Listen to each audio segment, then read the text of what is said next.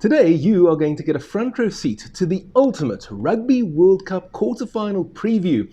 I'm going to be joined by a good friend of mine. He's also a rugby writer, sports writer, and author. His name is Sibusiso Mjikeliso. Sbu, welcome to Front Row Rugby. Hi, Peter. Thanks for having me. It's a pleasure to finally be here. It's lovely to have you here as well. Let's begin with the first quarterfinal coming up on Saturday in Marseille, Wales versus Argentina.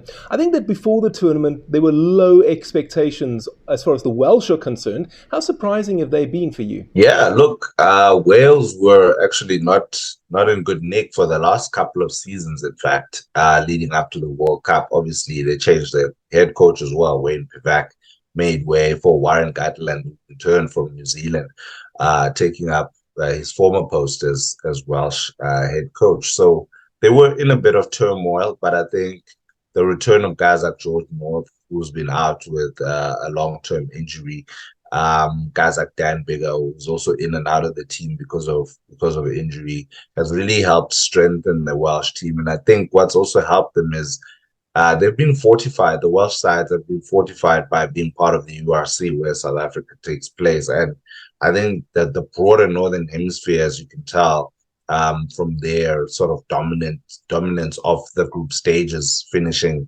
Northern Hemisphere teams finished number one in all the groups. So that kind of shows where the strength lies in world rugby at the moment. And I think that trickle down effect has finally landed with the Welsh side.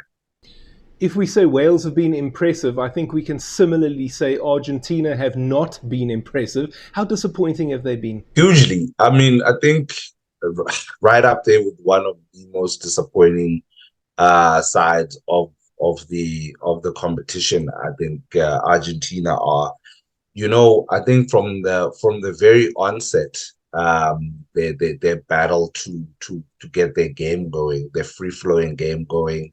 They After getting so many wonderful results, they beat New Zealand in New Zealand for the first time in their history. I think over the recent while, it wasn't this year, it was the year before. So they had a lot of momentum coming into this tournament. Obviously, good players. Obviously, they're part of the Rugby Championship, so they get that regular hard test every single year against New Zealand, Australia, and South Africa. But somehow they just couldn't get it clicking. I thought, with Michael Checker, at the helm, I think they beat the Wallabies as well in Australia for the first time. Michael Checker getting the better of his old mate, Eddie Jones. That was in this year's Rugby Championship to pile on even more pressure on Eddie Jones. Funny enough, those guys can relate on how hard it was to coach Australia.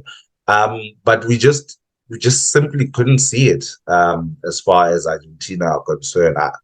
I honestly, I didn't think they would make it this far purely based on their performances. I thought they weren't even going to make the quarterfinals, but here they are, and they remain a dangerous outfit on their day if they can get it right, but the jury's still out whether they can get their game going on a full on basis. Gatland is clearly getting something right. Checker clearly not getting the best out of his players right now. Does that mean we'll have a Wales win in Marseille? Not necessarily, I think teams like Argentina are very, very dangerous. Like I can remember in 2007, the Springboks facing Argentina. I think it was in the semifinals.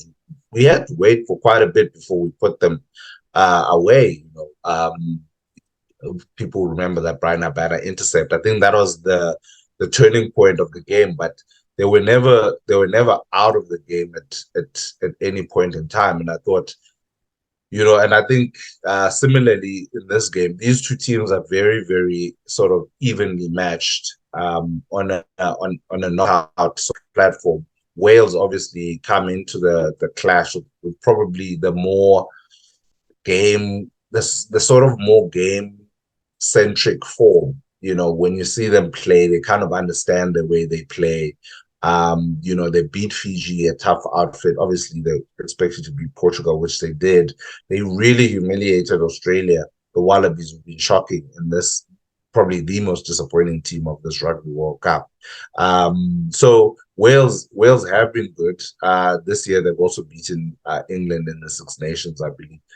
So they have been good, and the performances have been good. So you'd probably tip Wales as a marginal favorites, but I would not I would not rule out Argentina in the knockout game by any stretch of imagination. In fact, this is the kind of game where they can pull a surprise.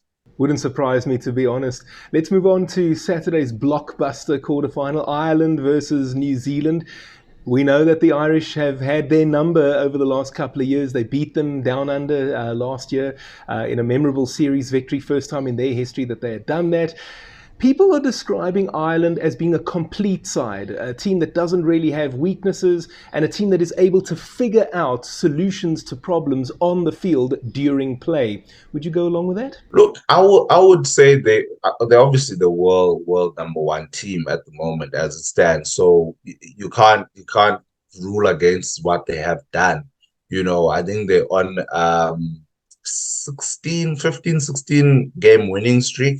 I think if they win the World Cup, they'll beat the world record. I think they'll get to about 19 or 20 wins in a row. So they're definitely the form team in the world. And obviously we know what they did in New Zealand. But I do see some weakness in there, in the Welsh side. I know they won't be without Robbie Henshaw for starters for this game. I know he hadn't been starting regularly at fullback.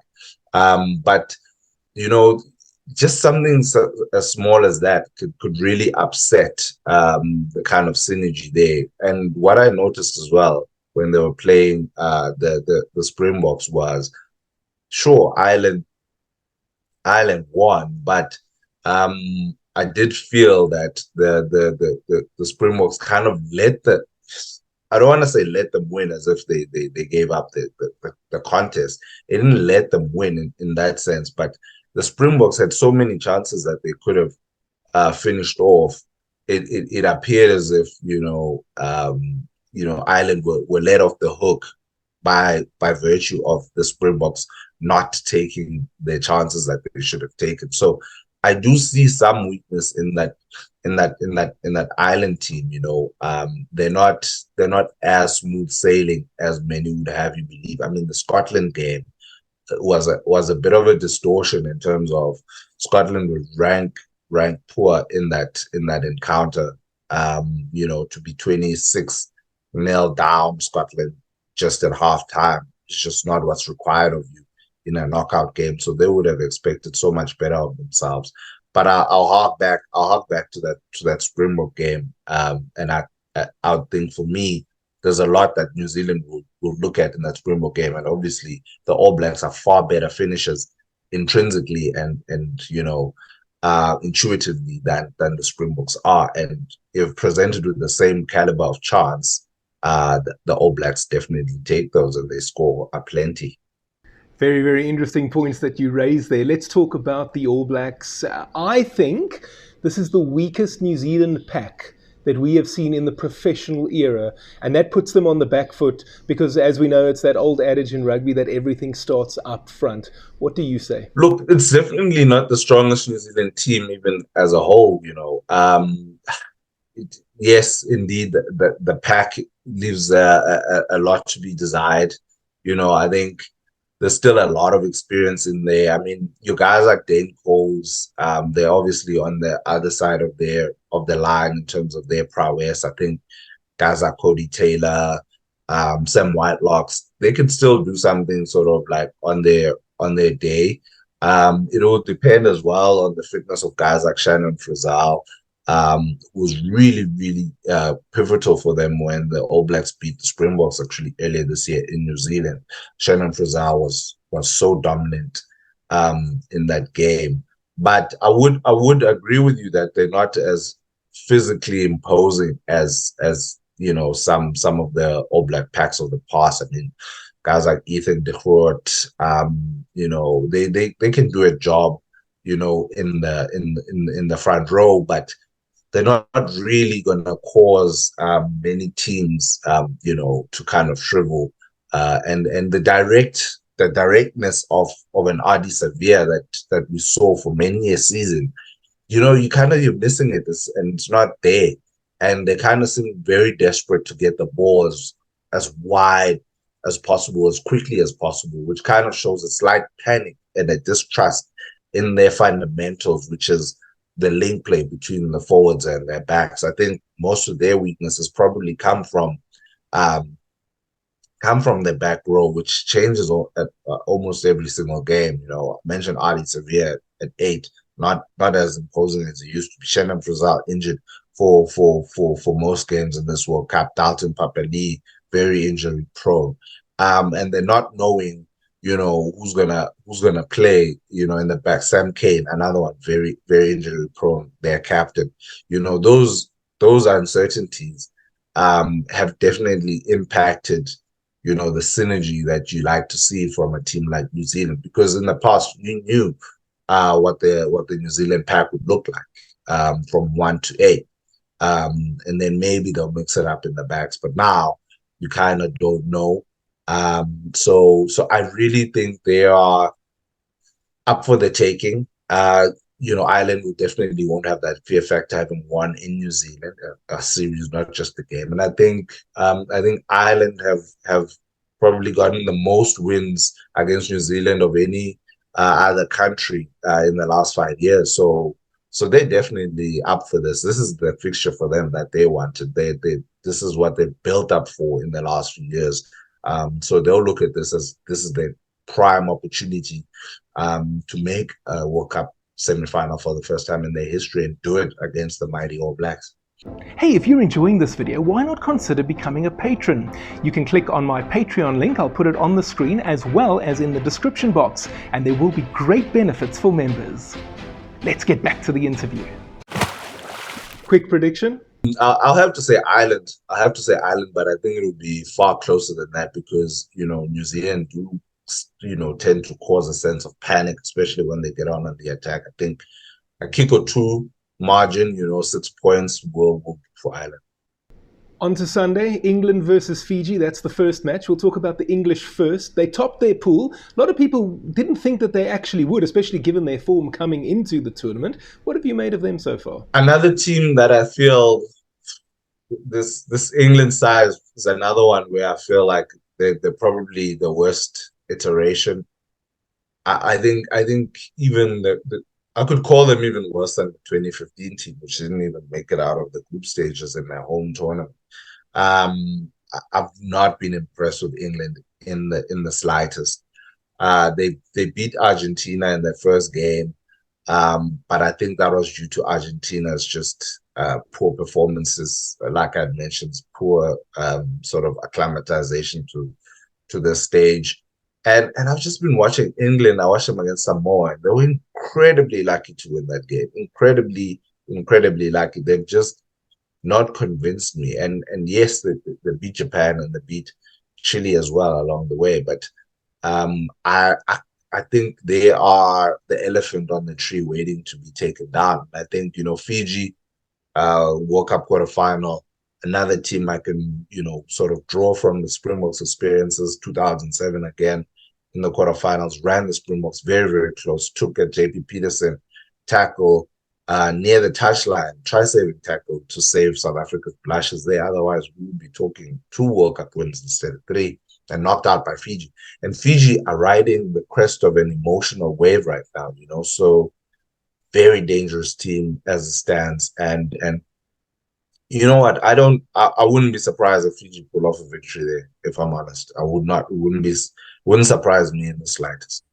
Fiji have lit up the tournament, haven't they? With that great win over the Wallabies. You could say a near win over Wales, but for some handling errors, I think they could have beaten Wales by 14 points, actually. What's your take on the Flying Fijians? Well, the Flying Fijians, for me, have been one of the best watchers of the tournament, like by far. The way they play the game, the way they spread the ball, like I said, that emotion, that emotional factor that comes with every game that they play. They just unbelievably spirited team. I think they're one of those underdogs that you love to back because you know they're gonna give you a good spectacle. They're gonna run it when it's on, even when it's not on. You kind of feel like they still want to run it, um, and and they just fearless. They just there to play their rugby, to enjoy themselves, and and go as far as they can possibly go, as a team. And I do worry that, obviously they do get into their tackles a bit high, and in this era, that physicality that they possess, it also poses a danger to one's, numbers at the end of the day, because one error, even if it's not malicious, or has no malevolent intent, could lead to a yellow or even a red card. So they always play on that border, and in a quarterfinal where the pressure is so high, especially on officials, I do worry that if they take somebody in the air, or a tackle slips from shoulder height to neck and head height, one of their blokes, could see the bin, or worse. So if they can control their physicality, and not so much rein it in, and really just put a focus on hitting the player, sternum and waist high or lower, um, then they'll be fine, because their defense has been good. It's just that they love that physicality. They want to go blood and guts into the tackle. And at this stage, you really have to be composed in the tackle, and time your moments perfectly, because all England need to do is just wait for them to lose their discipline. They'll have a man up and kick their penalties, and they can win. England don't mind winning that way, and they might have to win that way, to progress to the next round, because I don't think they have much else going for them in that team. Let's move on to the blockbuster quarterfinal then. Probably from our point of view, it's the blockbuster of the four, but at least it is the case for Sunday. The Irish and the Kiwis might dispute what we're saying here. South Africa, France, it's the defending champions against the host nation. Probably should be the final, but we know the draw was conducted 3 years before the tournament began, so there is that.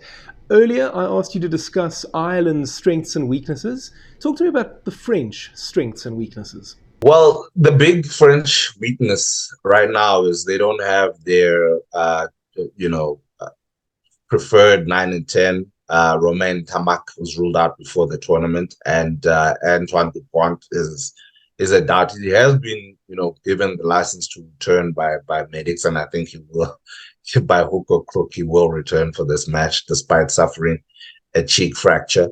So I think their major weakness is losing that 9-10 combo. I mean, that combination is as good as gold, as far as France are concerned, because everything ran either through Dupont or on Tamac, and their results, over the last little while, they were number one in the world for a little bit. Now they're second in the world. The Springboks are third.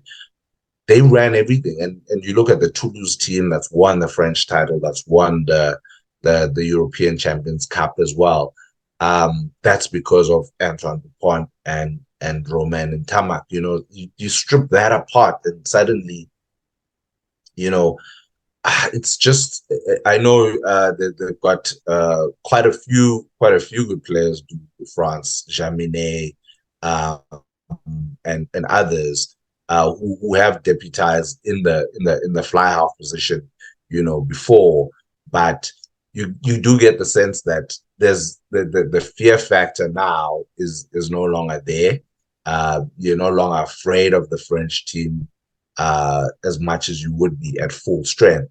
So in a way, they are a good team, with Jaminet and Jalibert, Mathieu Jalibert, who's been starting, and the point, they are still a good team, capable of getting a result against anyone, but they're not, unbeatable. They're not unstoppable anymore. Teams aren't as afraid of playing them anymore as they would be, if they were playing a full strength French side.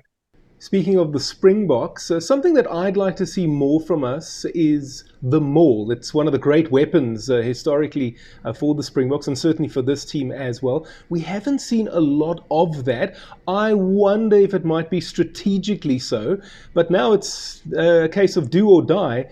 I would like to see more mauling in this quarterfinal. Do you think we would see more of that? I think we will, and I think it's going to be on pure necessity.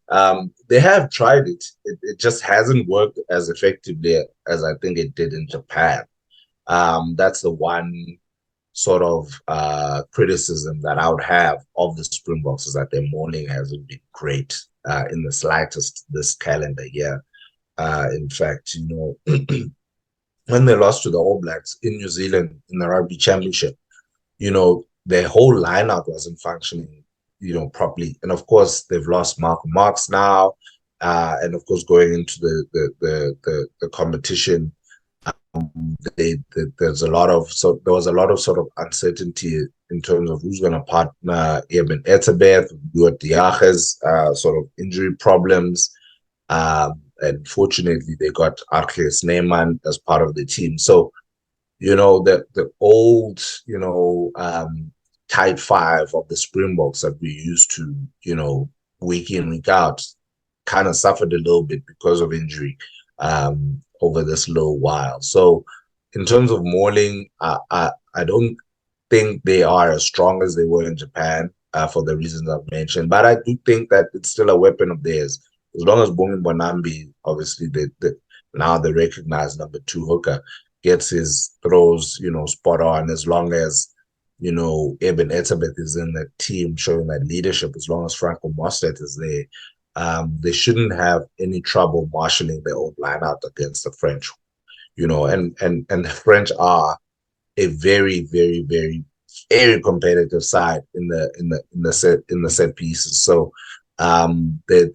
nobody should take that for granted in any sort of slight respect. Cameron Walkie, guys like Flament, and you'll excuse me, I don't have the French accent, so guys like that, Francois Kroll, they'll make it very, very very difficult for the Springboks to operate in the lineup, whether they're driving it up or putting it in the center or the back of the lineup. They will compete.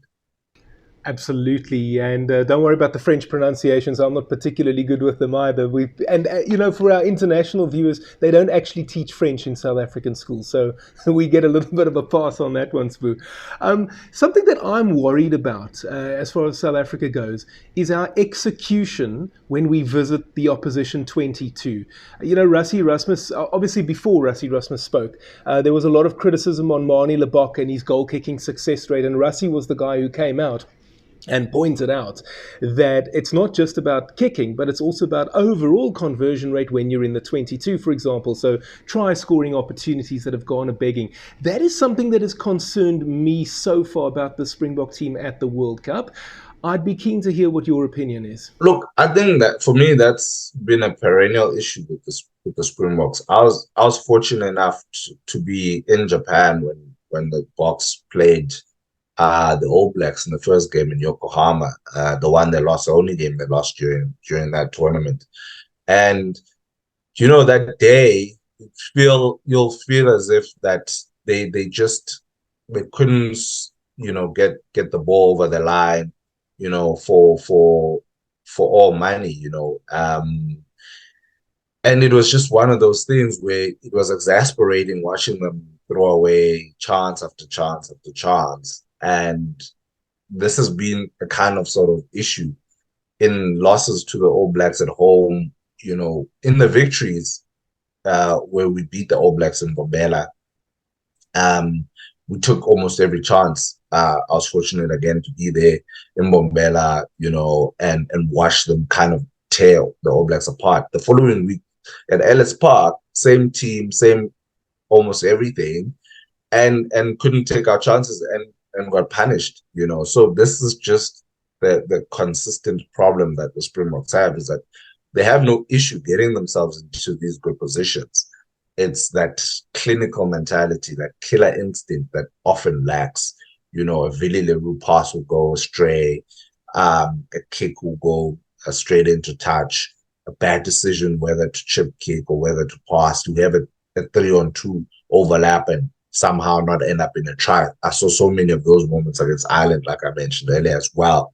So I think, maybe having someone like Lukanyo back in will help with that. I think he's the kind of player that if fit, he needs to come into the team. He has played rugby this year, so it's not like he hasn't played any rugby, played against the All Blacks, played against Argentina away, during which he got injured. Then, of course, didn't make the World Cup squad until Makazola Mapimpi's injury opened that window for him to return. And I think if he comes back, he's one of those instantaneously. He is attuned to the game plan, and of course, we know his creative output. But he also helps us in defense as well, in terms of calling numbers, in terms of aligning the defense, making sure that we're covered on either side. And I think for me, we need calm heads in a match like this against France. The referee, Ben O'Keefe, will be under pressure from the French crowd. Everything's going to be nitpicked. You need as many experienced, calm heads as possible. And I think Lukanyo arm is going to be very, very critical in that come Sunday evening. Do you really know your rugby? Do you always get your predictions right? Why not make some money then? Open an account right now with Tic Tac Bets and get up to 2,000 Rand and 20 spins with your first deposit. The link is appearing on your screen and I'll also put it in the description area. Please note that this is an affiliate link and I will make a little commission on it. Winners know when to stop. National Responsible Gambling Program. Toll-free helpline 0800 006 008. No persons under the age of 18 years are permitted to gamble. Okay, Sibu, we got the host nation. I think in any sport, just generically speaking, you do not want to face the host nation in a World Cup knockout match. So you've got that element.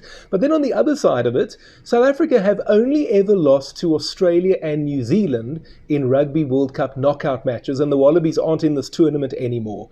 What is going to happen on Sunday? So South Africa have never lost to a host nation in a knockout game. They beat England in 99 and they beat Japan in 2019. So, as far as the host nation jinx is concerned, I hope I haven't jinxed it going into this game. But the Springboks are the team that no other country wants to face at the World Cup at any stage of the tournament, because we are, sort of the team that's known for turning it on come World Cup time. Everything that precedes the 4 years is kind of irrelevant. As long as you're facing the Springboks, excuse me, you always have to be at your best. I think even in our worst years, look at 2003, facing the All Blacks, I think there's still kind of very few teams that would have knocked us out. Obviously, the All Blacks were the juggernaut they are. And obviously England and Australia who made the final. But other than that, if we had gotten a kind of draw, I think we would have made the semifinals. And who knows what would have happened from there. In 2011, you mentioned the Wallabies knocking us out. I mean, we know exactly, who was the biggest factor there.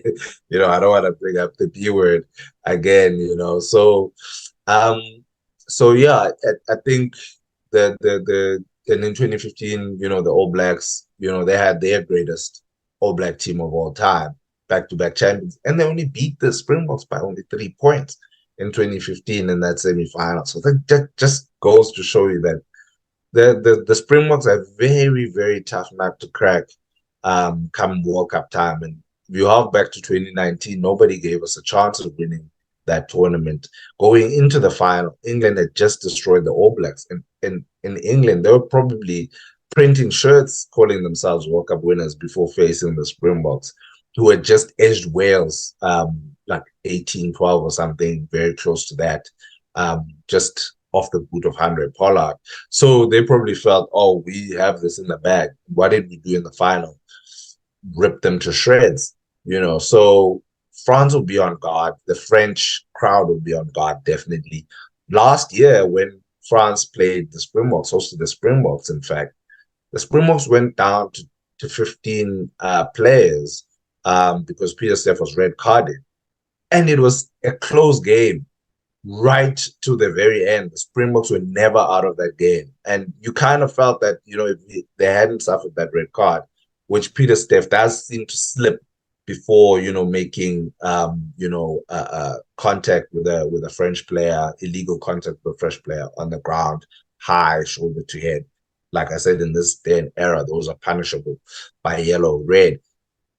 If he doesn't slip in that moment, there's another player that pushes him. Maybe he doesn't fall over and cause that dangerous situation and is on the field. And I think the Springboks really give a good account of themselves from there.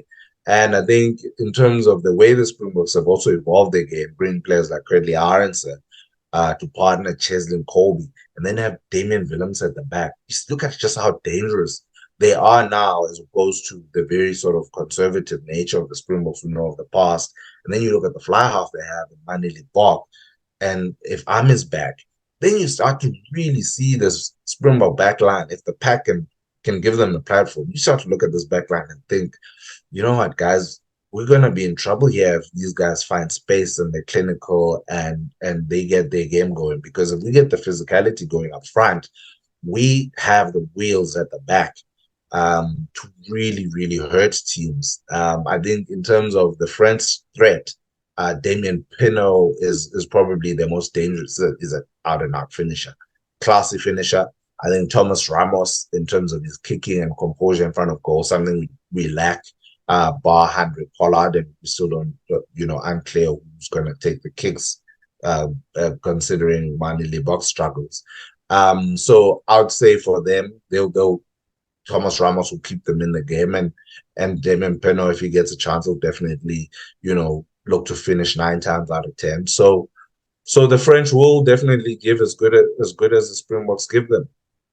It's going to be a fascinating battle, and I'm looking forward to it. Sbu, let me say it was lovely having you on Front Row Rugby today, an absolute pleasure. Please come and visit us again. No, it's an absolute pleasure, and I hope to be with you again, Pete. Thank you so much for watching. This video is part of a wider series of Rugby World Cup content that I've put together. You can go and watch some of those videos. It's appearing on your screen right now. See you next time.